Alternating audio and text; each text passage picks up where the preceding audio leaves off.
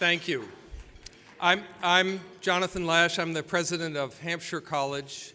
I am very, very pleased to welcome you all to this conference on behalf of Hampshire College and our partners in convening this conference, Second Nature. Intentionally Designed Endowments.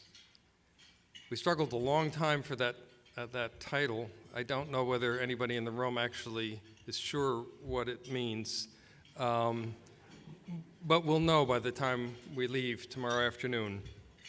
I want to begin by thanking our partners at Second Nature, Second Nature's president, David Hales, the wonderful Second Nature staff, along with the steering committee and the planning group, all of whom have worked extraordinarily hard to make this event possible, to stage an event that we hope will meet a need that many in the room have expressed to find solutions and options. Could I get the steering committee and the planning committee to stand up?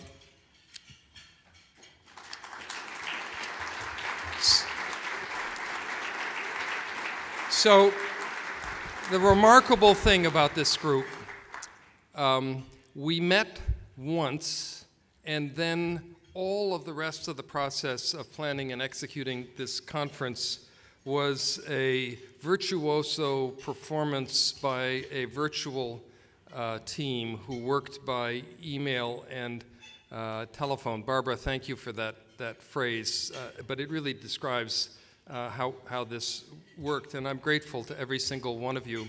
I also want to thank the Wallace Global Foundation.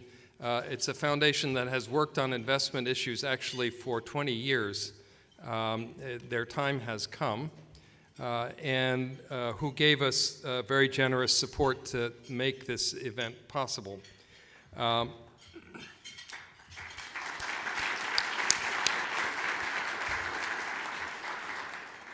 I want to welcome Jonathan Greenblatt, the Special Assistant to the President and Director of the Office of Social Innovation and Civic Participation. This takes up a lot of space on a card, doesn't it? No more than the name of your conference. This is absolutely true. The Office of Social Innovation and Civic Participation and the White House Domestic Policy Council. He'll be our keynote speaker tomorrow morning, and we really welcome the interests in these issues. I think there is a huge opportunity for collaboration.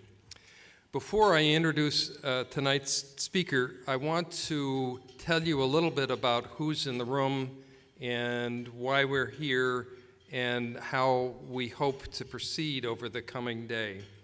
About 2/3 of you are from colleges, universities, foundations, nonprofit organizations, or family offices.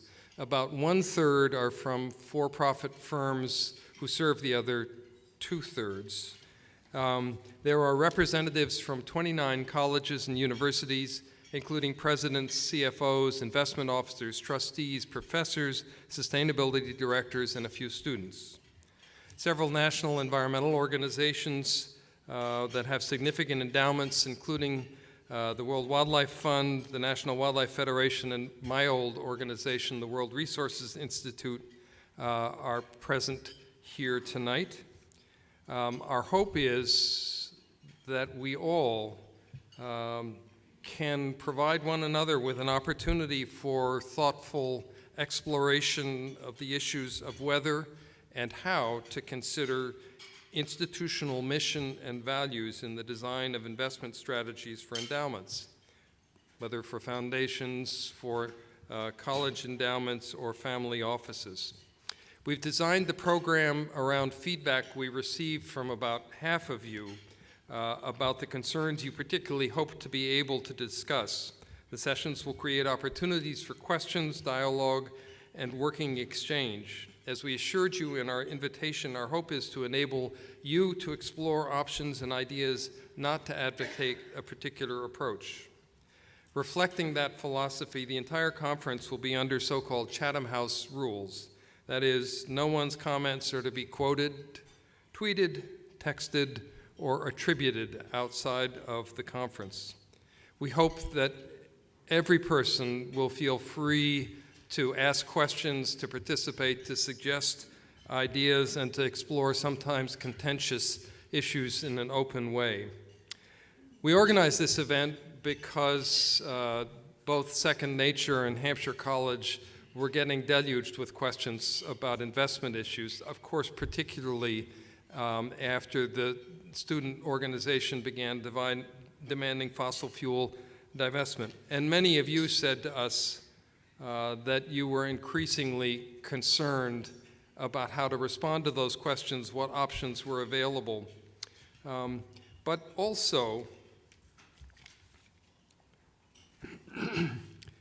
many of us are hearing questions about what the obligations of nonprofit organizations are to invest funds given for and protected from taxation for moral purposes. For those of you from educational institutions, I assume that you, like I, get questions not only from students, but from faculty, from alumni, and from donors and trustees. Some of this concern, of course, is political. There is an ardent, organized, and determined student campaign to get institutions to divest from fossil fuels.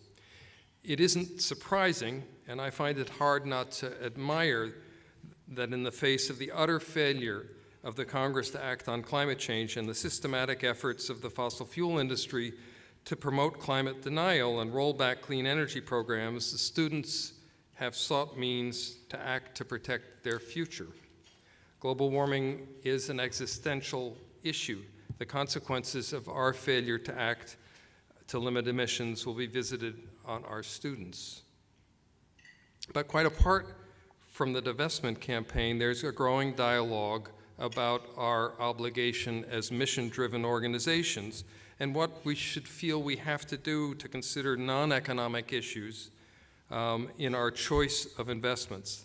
That question is much less political, but also has broader implications than the divestment question. It seems to me that that discussion was heightened with the death of Nelson Mandela and the discussion of the history of American colleges and universities in promoting divestment from South Africa and its impact on changes in that country. The response of many boards and investment committees, now as it was 40 years ago, has been that boards have a fiduciary duty to maximize financial returns, that allowing investment decisions to be politicized would violate the intention of donors, and that investment choices by a few nonprofits and colleges will have no impact on stock markets, that it makes more sense to engage companies as shareholders than to change investment strategies to try to influence outcomes. Our speaker this evening, Robert Litterman, can speak with knowledge and authority about the economic risks and opportunities. But before introducing him, I want to take just a moment to recount how Hampshire College came to adopt an investment strategy that had taken our small $35 million endowment largely out of fossil fuels before the launch of the divestment campaign. We have a long history in thinking about investment in ethical terms. We were the first college to divest from South Africa. The school is incredibly proud of that history. 4 years ago, led by then trustee Jonathan Scott, who is seated over here, the school began a review of its investment policy, which I heard him say this evening had grown to 19 pages and incredible obscurity. A group of faculty, students, and trustees settled on a policy that was an affirmative investment policy, not a divestment policy, that focused on assuring that we invested our funds to the extent we could in products, companies, and services that aligned with our mission and values. The policy explicitly says we think this will reduce our risk and improve our performance.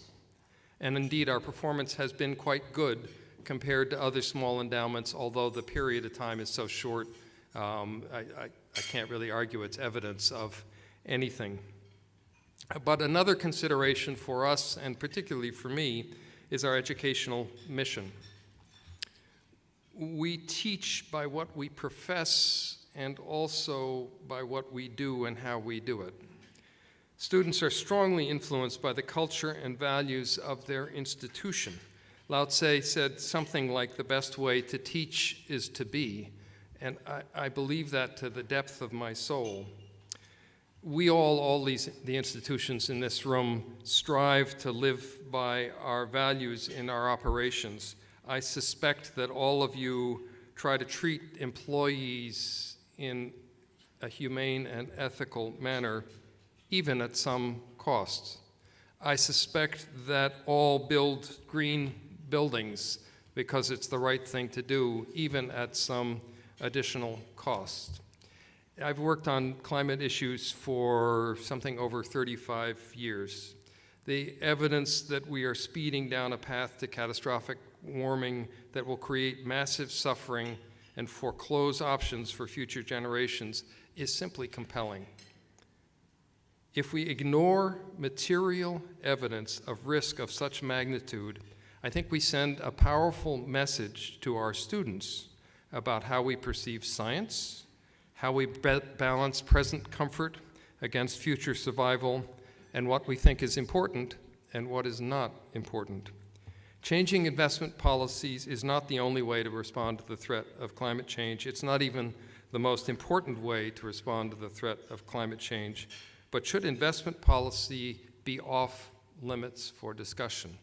I think everyone here is here because you believe it should not be off limits, that we need to have the opportunity to at least think what makes sense for our institutions in terms of our mission and our needs. That's why we're here. That's why what we hope you will have an opportunity to consider during the course of the day tomorrow. Our keynote speaker tonight, Robert Litterman, has become one of the most respected and important voices in these discussions. He told me tonight he basically is accepting every opportunity to talk to educational institutions about opportunities for changing investment strategies. He's chairman of the Risk Committee and Academic Advisory Board at Keypost Capital. He spent 23 years as a risk manager and investor at Goldman Sachs. He developed the Black-Litterman Global Asset Allocation Model. That sounds really impressive. That became a key tool in investment management. Most important to me, he was warmly and enthusiastically recommended by my friend David Blood, with whom he worked at Goldman Sachs. He has a PhD in economics from the University of Minnesota. He sits on the board of, among others, the World Wildlife Fund. Robert, thank you very much for joining us.